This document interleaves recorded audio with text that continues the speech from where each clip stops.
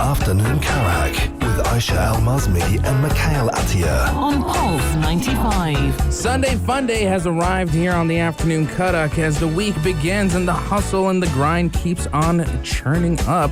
Mikhail Atiyah live here across the UE with my lovely co-host Aisha Al-Mazmi. Hello. How was your weekend? Too short. That's a given. I mean, beyond that, everybody knows that the weekend is too short. We've been advocating for a 3-day weekend across the entire world for everybody for like 2 years now. Like, move on from that. What else have been happening? How have you been feeling? Yeah. So this weekend, after watching the Dune trailer, I just started getting into the lore and the trivia. Really? I'm fascinated by how much this I would say, like, I've never heard of Dune. I've never watched the movies, but as I started delving into the world and the universe and the characters, I'm like, oh my God, I think I'm starting to love this, and I'm so excited for the movie, hopefully to come out later this year, because I'm hooked. Maybe, because This could be better than Star Wars, I'm just saying. Well, with the last trilogy, it could easily be better than Star Wars. But let's move on a little bit. We did say that there are some rumors going on that Dune might be pushed back. No, Wonder Woman 1984 has officially been pushed back now, because There was rumors last week. It's been confirmed. It's been pushed back officially. That means that there's a good chance that Dune is also going to be following suit. And there is going to be a PlayStation event finally at the end of this week on Thursday night for us, Thursday morning. It's about time. Wednesday afternoon, Pacific time in the U.S. So which means that we will not have Thursday recommendations this week, but we will be talking about it later on. So good things happening all around, definitely inshallah. Tune in for Thursday. It's going to be a really cool hour talking all about that. But today, we're going to be focusing on a few things. The second part of the DC fandom just happened, giving us more information about Flash, about Batman, and maybe the potential of, Henry Cavill. Maybe Henry Cavill and much, much more. We do have some rumors, Xbox rumors, and this goes back to something we kind of mentioned just passingly last week, and apparently it could be happening in terms of one more console. Yes, they might have a third console coming up. And we also have an MCU rumor, because what's the Afternoon Karak without some MCU rumors here and there featuring Harry Styles. If you're a fan of Harry Styles, and his music will also be playing that later on in the hour. So stay tuned for all of that and much more right here on the Afternoon Karak. Pulse 95. Have you watched the Fast and Furious series? Not the first couple of ones. It took me until like Fast and Furious 5, 6, and 7 to actually try to figure out what this series was about. So you did not think that maybe starting from the beginning would have helped you figure what the series is about? I just knew it was all about cars and drifting and just a bunch of cars. But then as I started to watch... And The Rock. Yeah. And Vin Diesel. Yeah. And a lot of cars. And Michelle Rodriguez. And Amnesia. Amnesia? Some characters, they lose their memory. I don't know. What? Like one character, she loses her memory. Don't tell me, because I haven't watched it. Okay, here's the thing. I've been saying that I wanted to watch it for the longest time ever. Actually, I did try to watch it. I was coming back from... I don't remember where. I think it was back from Germany last year. And it was like, it's a long-ish flight. I was like, this is a good opportunity to watch the Fast and Furious. I fell asleep. Oh. At the beginning. I was like, I'm bored. I'm going to go take a walk or something. It's not everybody's type of movie, but... I wouldn't mind. I don't know. Maybe it's the atmosphere of the airplane that made me go like, no. Which is funny, because in the airplane, I feel like it's the best time or place to not rewatch, but, go backwards and go like, what are the things that I should have watched but I haven't watched that everybody's been talking about? And I saw the Fast and Furious 1, the first movie ever. And I was like, maybe I should watch that. But I don't know. Maybe I should sit down and have like an entire marathon. If I'm capable of doing it, I don't know if I can though. For me, it's different. I got introduced into it by the later films. Then I went back and I started watching like number one in Tokyo Drift. But after that, I really didn't invest into it too much. All I know is that Fast and Furious has went from just cars into some really over-the-top, bombastic action sequences and family. It's all about family. Oh, yeah. And now family will be going to space, apparently. Yes, with, they are. Just defying all laws of physics. Dominic Toretto, the main character, might be involved in something in Fast and Furious 9, where they're going to have to be forced to go to space or something to save the world as usual. And, at this point, with how insane Fast and Furious is, I have no reason to even doubt this at this point. I'm like, yeah, that's plausible in the world of Fast and Furious, because it allows for that absurdity. With every film, it somehow outdoes itself impressively enough, and I give kudos for that, Do you know why? Why? Because they need to go Fast and Furious. They've already went Fast and Furious across the entire world. You're right. What's next? They have to conquer the galaxies. They have to show space and aliens that they need to go fast, and they are furious. You're right, and it's all about family. Just It's all about remember the family. I'm just very confused about the entire plot line. Like you said, again, I remember just the song Tokyo Drift from when I was like 10 years old, and the fact that it's lasting this long. It's one of those uncanny franchises that are lasting for a very long time and people actually watching it. So great news for them. I don't know if Fast and Furious 10 is going to be the last one. What's going to happen to the family? We don't know, honestly. Oh, that's serious. You're right. But you see, again, Fast and Furious is all about that. It's a mindless, just turn off your brain, popcorn action flick. Yeah. And people love it, Yeah. I'll admit, I enjoyed myself watching the later films. For it to go even crazier, it's fine. Just suspend the disbelief and have a good time. I agree with. There are some movies that are just like that, where this is me with Pitch Perfect. People are like, we're tired of them. Like, no, keep on making them. They're just, like you said, mindless fun. And I don't think they're harming anybody, and they're just doing their thing. So Exactly. We'll just need to wait and see. Maybe by the time that Fast and Furious 9 comes out, because the pandemic has kind of ruined their scheduling and whatnot, maybe by the time it comes out, I would have finished all 8 movies, but we'll just have to wait and see. Coming up next, we're going to be talking about DC fandom and all kinds of things, MCU, Harry Styles, so stay tuned for that.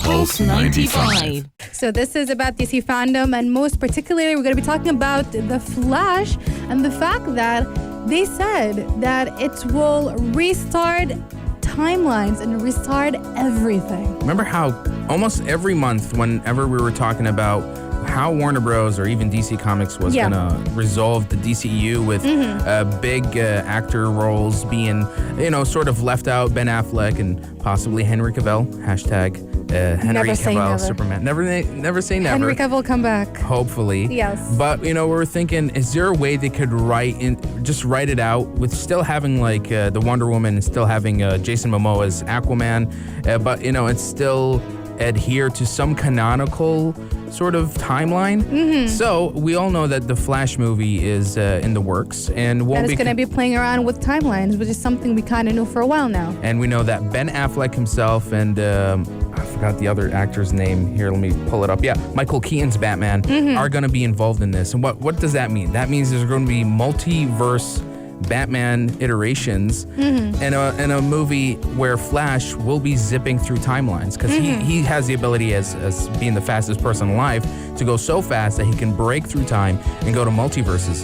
So this could be the quasi reboot fixing that DCU will need if it's going to replace some of its big superhero roles like Batman, Superman, and maybe even introduce a different version of Cyborg and a different version of Green Lantern and such. Yes, and we did say for the past couple of weeks that they should be taking advantage of that. They should be taking advantage of the fact that The Flash is giving them like an opportunity on a golden plate for them to actually have a proper canonical timeline, especially with the entire mess the Justice League has been, and Zack Snyder's Justice League also existing, Matt Reeves' Batman, Suicide Squad. There's just a lot of things happening. And yes, we know that even Marvel has kind of something like that, where lots of things are happening separately, but it's a little bit more organized. Like we still know that there is a slight chance, for example, that the Netflix version of Marvel, all those TV shows,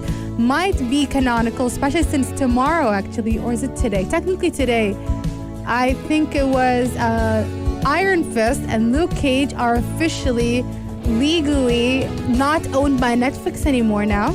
Okay. Starting today. Good news. So Marvel has an opportunity to also include them somehow into the MCU. So this is the DC's opportunity to do that. Exactly. The director himself, Muschietti, he says, well, I want you to guys go see it. I'm not going to tell you too much about it, but I'll tell you it's quite the ride. There's going to be a lot of DC characters, and Flash is going to be the superhero film that bridges all these characters in timelines.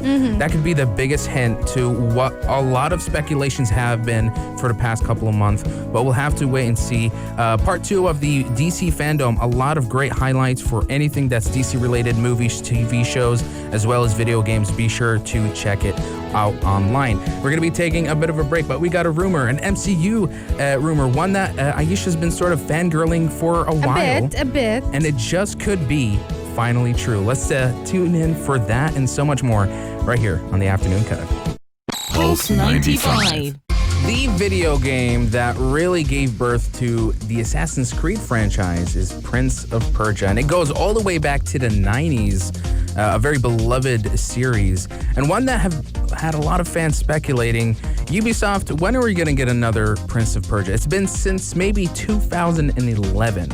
That's probably the last time we had one. And surprisingly enough, Ubisoft has just announced the return for the long dormant series Prince of Persia: The Sands of Time remake, the exact Prince of Persia from the PlayStation 2. We finally got some gameplay footage. It's a bit of cutscenes and a bit of gameplay, and it's gotten a lot of fans a little wondering divided. what have they been doing for the past 9 years, basically. It's a big yikes, I tell you guys.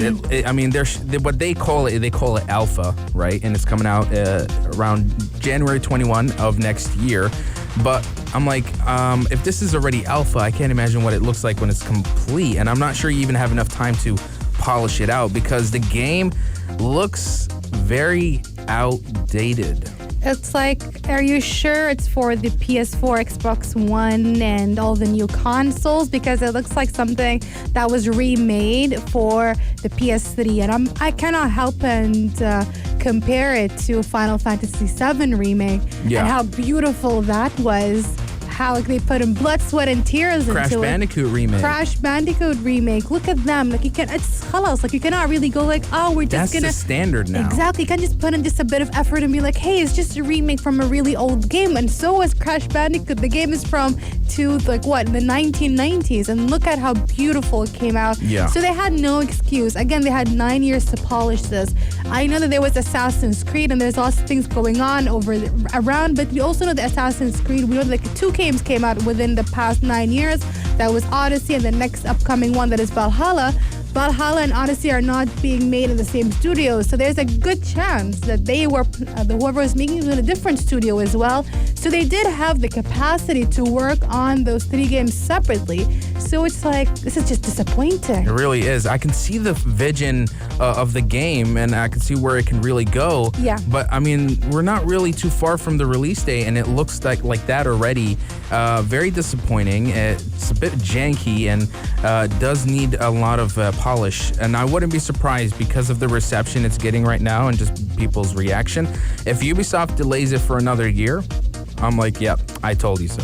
I wouldn't be surprised either. If they are smart enough, they would actually they would rework it, but I feel like they will not care about it too much because, again, I think they're betting on Valhalla to help them, get the sales and the profits. So they're like, here's a small treat on the side. It's such a shame because Prince of Persia was such a beloved franchise, and it was one of Ubisoft's biggest series. Yeah, I remember that. Just looking at it now, it's like, guys, can't you treat it with a little bit more respect? But that's just me, a fan of Prince of Persia. But you guys let us know. Jake Gyllenhaal. His abs. Just Jake Gyllenhaal as a human being is a fantastic guy. I mean, Aisha's just basically telling you guys, go watch the Prince of Persia movie. It's not a good adaptation, but then go watch it. You're not gonna lose anything. Again, it's Jake Gyllenhaal. Just for Aisha. Just for me. Coming up next is a reveal or a possible leak of a new or another version of the Xbox Series X. We have an X, we have an S, and now we have a V. So stay tuned for that.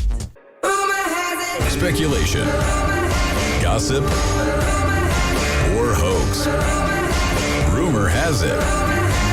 You remember last week when both you and I were talking about the price of the PS5 potential price and how so far we just got Microsoft's reveal about the prices, accidental reveal than the official reveal of the prices, and how you just randomly mentioned. I remember this very clearly.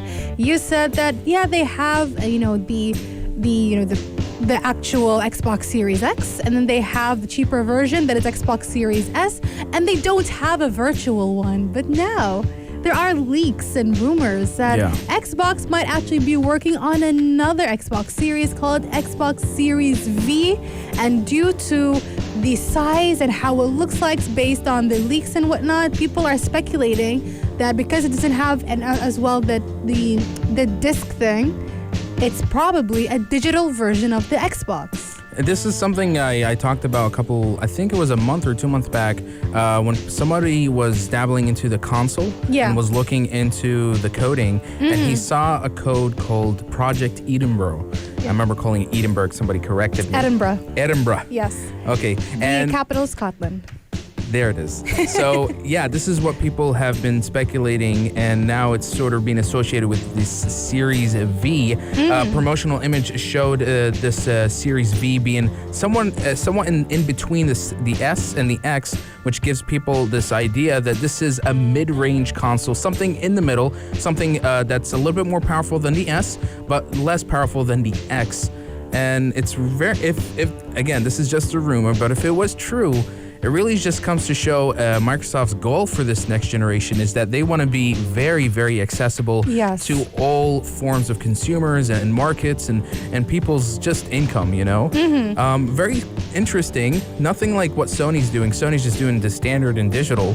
But there are rumors that we could be making something down the line that would be a lower range version of the PS5, but I'm actually going to go stick with the idea that this is a digital version of the Xbox Series X, which would make sense because actually would it make sense? Because just trying to think of storage and whatnot.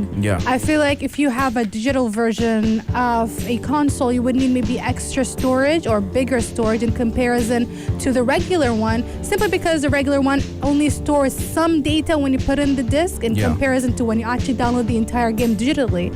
So I don't know much about it. If you're somebody who knows more about gaming engineering and computer engineering and all of that, please hit us up and tell us, because I feel like maybe it would be bigger, but it looks like it could be actually a mid-range sort of console, which I feel is unheard of. I've never heard of a mid-range version of whatever console. But again, what's up with the disc thing? Where is it? Where would we put the disc in? So we don't know. And one thing I want to address here is potential confusion with just consumers who can't really decide on which 3 versions of the Xbox you should be getting. And on the developer side, if they're even able to optimize for each version, because there was one developer who went on Twitter and he says, I'm really excited for the Xbox Series X, but the Series S, and he put like this kind of like uncertain emojis, like, I don't know if we can port for that system. So imagine having 3 systems and you have to basically develop for 3 different ports, and that's just for the Xbox. I don't know, it might be a little bit strenuous for developers as well. So in my opinion, I feel like this should just stay a rumor, and I hope Microsoft isn't doing a mid-range console, because come on, it'll be a little bit confusing. Imagine you're not really into games and you're probably buying something for your kid for his birthday or for Christmas, and you just see these 3 different types of consoles. I don't know, like it's a little bit jarring to think of. Totally, I agree with you. But then again, I'm more of the more the merrier. The more the merrier, okay. In this case, people can easily think about it, consider it and whatnot, but I never really considered the developers aspect, simply because I thought that the minimum or the basic requirement of the Xbox upcoming generation would be set by the Xbox Series S. Everything else would be extra. Like if you want to optimize, everything that is, the top-notch, top-deal things, that would be in the Xbox Series X. So it would have been, in my head, it would have been easier to add and make something like really polished or, 4K, 8K in comparison to downgrading it. Yeah, it does make sense. But then again, these developers really are secretive about how they go about. And they know better. They know better. They know better than you and I. Exactly. The technicality and the Yeah. issue that they have to deal with because it comes out of their pocket to make these games. So yeah, another Xbox Series S, Series V, and Series X. Which one would you get?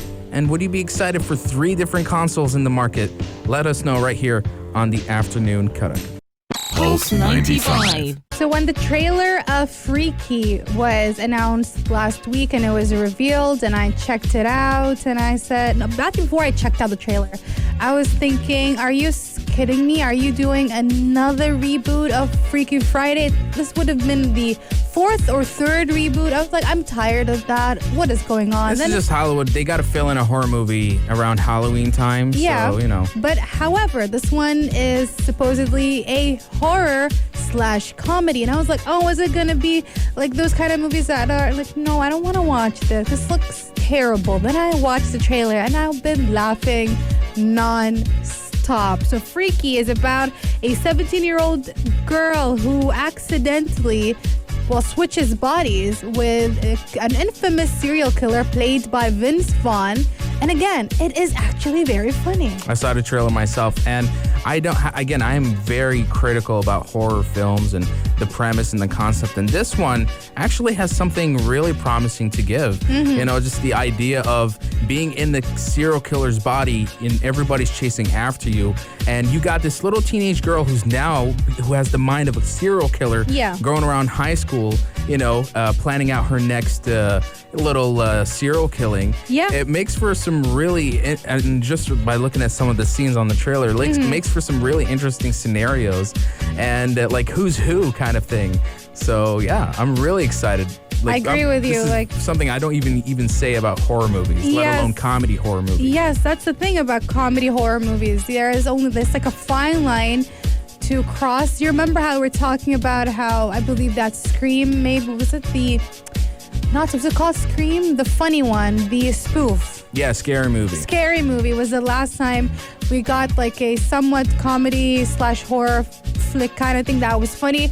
And even Us by Jordan Peele did have some comedy here and there. It was sort of commentary, more satire than comedy, which is also good. But we haven't had anything interesting since then. And I love how they're exploring all aspects of the genre because we are tired of just hackers and slashers, just khalas, and especially the reboots. We're going to have like Scream 6 or 5 coming up very soon. Khalas, just regurgitated franchises coming back to the screen. Exactly. This is a breath of fresh air, to be honest. Very much. And it's giving me sort of Jack Black vibe from Jumanji when he was playing the little girl. I feel like Vince Vaughn is gonna nail that role, and I cannot wait to watch it when it comes out very soon. It's called Freaky, and it's coming out November 13th, so keep an eye on it, and be sure to check out the trailer. It does not disappoint. We're gonna be taking a bit of a break and wrapping up the hour with a final suggestion. Stay tuned. It's almost 5 p.m. That was Afternoon Karak. For dessert, Aisha and Mikhail suggest... We know with the cases going up a spike, we're all getting a little bit worried. You know, we got a little bit too comfortable during this pandemic. It actually dropped to 600 today, so Still, don't forget. You can never be too careful, and that is why Aisha has a very important announcement, a suggestion, not an announcement. That's terrifying. It's like Aisha has an announcement.